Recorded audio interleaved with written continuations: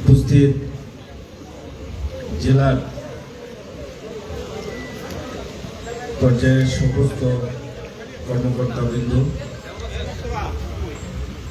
আমি আমার দলের পক্ষ থেকে, ব্যক্তিগত পক্ষ থেকে আপনাদেরকে মোবারকবাদ জানাচ্ছি। আপনাদের সকলের প্রচেষ্টায়, অক্লান্ত পরিশ্রমে সুন্দর একটি নির্বাচন আপনারা উপহার দিয়েছেন। সেজন্য আপনাদেরকে ধন্যবাদ জানাচ্ছি, অভিনন্দন জানাচ্ছি। পাশাপাশি আমি এবং আমার মাদারপুর ২ আসনের মাননীয় সংসদ, আমাদের অভিভাবক, আমাদের জেলা বিএনপি বিপ্লবী সাধারণ সম্পাদক, আমরা দুজনেই দলের হয়ে আপনাদের সাথে যোগাযোগ করেছি। আমি জানি আপনারা বিভিন্ন জন কর্মরত থাকা এবং দায়িত্ব পালন করার জন্য আপনারা এইখানে আছেন, কিন্তু আপনাদের হয়তো এক একজন এক এক জেলার আপনারা। আমাদের যদি কোনো কারণে বা আমাদের কোনো ব্যবহারে আপনারা যদি কষ্ট পেয়ে থাকেন, আপনারা সেটা ক্ষমাদের দৃষ্টিতে দেখবেন। কারণ আমরা এই নির্বাচনকে সামনে রেখে আমরা চেষ্টা করেছি প্রশাসনকে যতদূর সহযোগিতা করা যায় এবং তাদের থেকে সহযোগিতা নেওয়া যায়, সেই চেষ্টাটা আমাদের ছিল। আমরা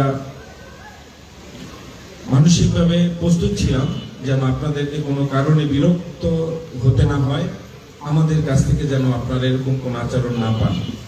আমাদের দলীয় নেতা কর্মী এবং আমরা সবাই আমাদের এই চেষ্টাটা ছিল যেন আপনার কোনো কারণে আমরা আপনাদেরকে বিরক্ত না করি।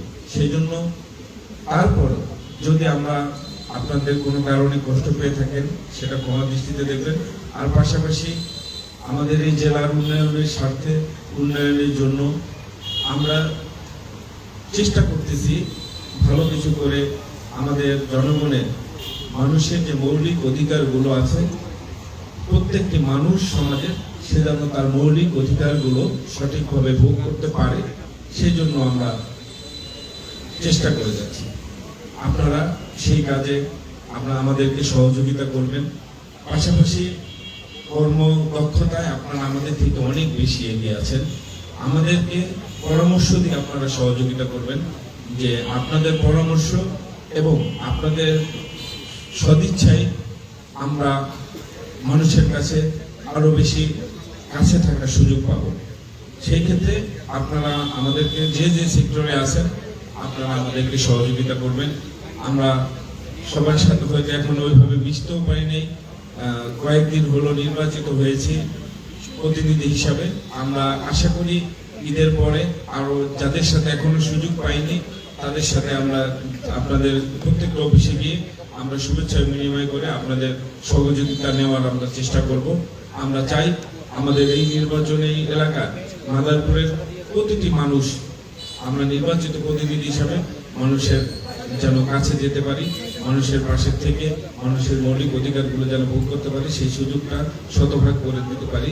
সেই জন্য আপনারা দোয়া করবেন আমাদের জন্য। সবাই ভালো থাকবেন। সকলকে ধন্যবাদ। বাংলাদেশ জিন্দাবাদ।